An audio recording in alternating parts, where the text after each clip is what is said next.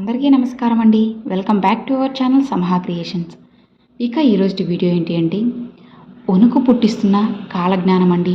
పెద్ద ప్రళయం అయితే రాబోతుందన్నమాట. అందరూ చాలా జాగ్రత్తగా ఉండాలి.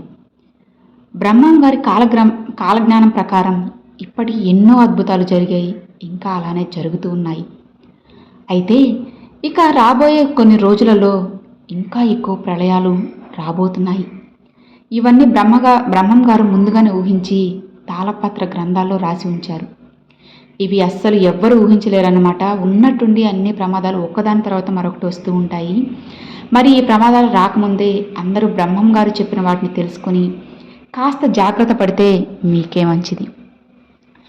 ఈ రోజుల్లో ప్రతి ఒక్కరికి ఉన్నట్టుండి రోగాలు వస్తున్నాయి. చిన్న పెద్ద ముసలి వాళ్ళు ఏమీ తేడా లేకుండా గుండెపోటు వచ్చేస్తుంది. అయితే బ్రహ్మం గారు చెప్పిన కాలజ్ఞానం ప్రకారం ఇక రాబోయే రోజులలో మన ఆయుష్ 100 సంవత్సరాల నుండి 20 సంవత్సరాలకే పడిపోతుంది.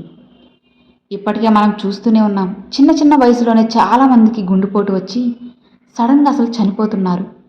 కాబట్టి ఇక నుండి అయినా ప్రతి ఒక్కరూ మంచి ఆహారాన్ని తీసుకొని మీ ఆరోగ్యాన్ని మీరే కాపాడుకోండి. ఇక రాబోయే రోజుల్లో స్త్రీ పురుషుల్లో కామవాంఛ పెరిగిపోతుంది. దీనివల్ల ఆడపిల్లలు 15 సంవత్సరాలకే గర్భవతులు అవుతారట. ప్రస్తుతం మనం నీళ్లను ఎలా అయితే కొనుక్కుంటున్నామో అలానే మనం పీల్చే గాలిని కూడా కొనుక్కోవాల్సి వస్తుంది. ఎందుకంటే మనపై మనం పీల్చే గాలి మొత్తం విషపూరితమైపోతుంది. అందుకే గాలిని కూడా కొనుక్కుంటాము. విజయవాడ కొండలపైన కనకదుర్గమ్మ కొలువై ఉంది. కానీ రాబోయే రోజుల్లో కృష్ణానదికి భారీగా వరదలు వస్తాయట. ఈ వరదల నీరు అమ్మవారి గర్భగుడిలోకి చేరి కనకదుర్గమ్మ ముక్కు పొడుకును తాకుతాయట. ఇది జరిగితే మాత్రం అమ్మవారికి విపరీతమైన కోపం వచ్చి కన్నెర్ర చేసి అలా తరువాత మన దేశంలో ఎన్నో కష్టాలు వస్తాయి. అలానే కృష్ణానది మధ్యలో ఇసుక దిబ్బల్లో నుండి ఒక బంగారుపు రథం పుడుతుందని బ్రహ్మం గారు చెప్పారు. ఈ రథాన్ని చూడడానికి ఎంతోమంది ప్రజలు అక్కడికి వస్తారట. కానీ ఇది చూసిన వారికి మాత్రం ఉన్నట్టుండి కళ్ళు కనిపించకుండా పోతాయి. ఈ ప్రపంచంలో పాపాత్మల సంఖ్య రోజు రోజుకి పెరిగిపోతూ ఉంటుంది. అందువల్ల బెంగుళూరులో ఉన్న కామాక్షమ్మ విగ్రహం నుండి ఉన్నట్టుండి రక్తం కారుతుందని కాలజ్ఞానంలో బ్రహ్మం గారు చెప్పారు. అలానే వేప చెట్టు నుండి అమృతం కారుతుంది. ఈ మధ్యకాలంలోనే ఇలాంటి సంఘటనలు ఎన్నో జరిగాయి. ఇంకా రాబోయే రోజుల్లో తిరుపతికి వెళ్ళే అన్ని దారుల్లో కొండరాళ్లు విరిగిపడి తిరుపతి రహదారులన్నీ మూసుకుపోతాయని బ్రహ్మం గారు చెప్పారు. దీనివల్ల కొన్ని రోజుల పాటు భక్తులెవ్వరూ తిరుపతికి వెళ్ళడానికి సాధ్యపడదట. అలానే తిరుపతిలో ఉన్న వెంకటేశ్వర స్వామి సంపదను గుర్తు తెలియని 6 దొంగలు దోచుకుపోతారు. దీనివల్ల స్వామివారికి కోపం వచ్చి స్వామివారి కుడి భుజం పగులుతుందట. శ్రీశైలంలో ఉన్న మల్లికార్జున స్వామి తన భక్తుల పూజలకు పొంగిపోయి భవిష్యత్తులో ఆయన తన భక్తులతో మాట్లాడుతారట. ఈ సంఘటన చూసిన వారి జీవితం ధన్యమైపోతుంది. సంవత్సరంలో వచ్చే వర్షాకాలంలో ఉన్నట్టుండి ఆకాశంలో పిడుగుల వర్షం కురుస్తుంది. దీనివల్ల భారీగా ప్రాణ నష్టం జరుగుతుంది. అలానే ఒక పల్లెటూరికి కుప్పలు కుప్పలుగా కాకులు వచ్చి బోర్న విలపిస్తూ తల బాదుకొని చనిపోతాయట. ఇది చూసిన జనాలు రక్తం కక్కుకొని మరణిస్తారని కాలజ్ఞానంలో వివరించింది. బ్రహ్మం గారి కాలజ్ఞానం ప్రకారం సంవత్సరంలో చివర్లో ఆకాశంలో ఒక వింత నక్షత్రం పుడుతుందట. ఈ నక్షత్రం రంగులు రంగులుగా కనిపిస్తూ ఉంటుంది. కానీ అది చూసిన వారికి ఎన్నో అనారోగ్య సమస్యలు వస్తాయి. అలానే రాబోయే రోజుల్లో పంట పొలాలకు భారీ నష్టాలు ఏర్పడతాయి. తీవ్రమైన ధాన్యం కొరత ఏర్పడుతుంది. అలానే ఉన్నట్టుండి బియ్యం ధరలు, నిత్యావసర సరుకుల ధరలు, కూరగాయల ధరలు విపరీతంగా పెరిగిపోతాయి. అలానే అర్ధరాత్రి సమయంలో సూర్యుడు కనిపిస్తాడని కాలజ్ఞానంలో ఉంది. రాబోయే 20 సంవత్సరాల్లో గుర్తు తెలియని ఒక రోగం వల్ల ఆడవాళ్ళు మాతృత్వాన్ని కోల్పోతారు.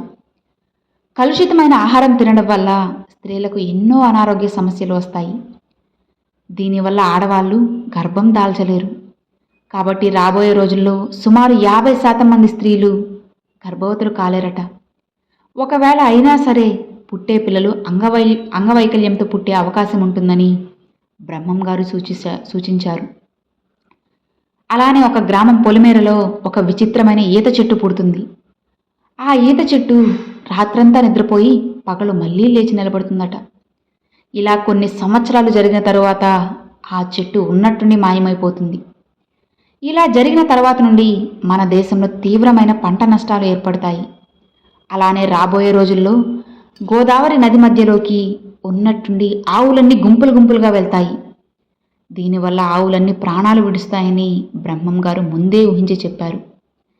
యాగంటి బసవన్న లేచి రంకె లేవేస్తాడట. ఇది చూసిన జనాలకు కోటి జన్మల పుణ్యఫలం లభిస్తుంది. రాజకీయాల్లో కూడా ఎన్నో ఊహించని మార్పులు జరుగుతాయి. రాబోయే రోజుల్లో మనుషుల మీద చేతబడులు విపరీతంగా పెరిగిపోతాయి. కాబట్టి మీ మీద కూడా ఎవరూ చేతబడి ప్రయోగాలు చేయకూడదంటే ప్రతి ఒక్కరూ కాలికి నల్లదారాన్ని కట్టుకోండి. ఇలా కట్టుకోవడం వల్ల చేతబడి ప్రయోగం మన పైన వర్తించదు. రాబోయే రోజుల్లో కొత్త రోగాలు పుట్టుకొస్తాయి. దీనివల్ల మనుషులు అతలాకుతలమయ్యి ఎంతోమంది కన్ను మూస్తారు. 2050 నాటికి మన ప్రపంచ జనాభా మొత్తం సగానికి తగ్గిపోతుంది. అలానే ఇక రాబోయే రోజుల్లో అక్రమ సంబంధాలు విపరీతంగా పెరిగిపోతాయి. ఇవి హత్యలకు దారితీస్తాయి. అలానే రాబోయే రోజుల్లో వివాహాలు కూడా జరగవట. వివాహం కాకుండానే ఆడవాళ్ళు గర్భవతులవుతారు.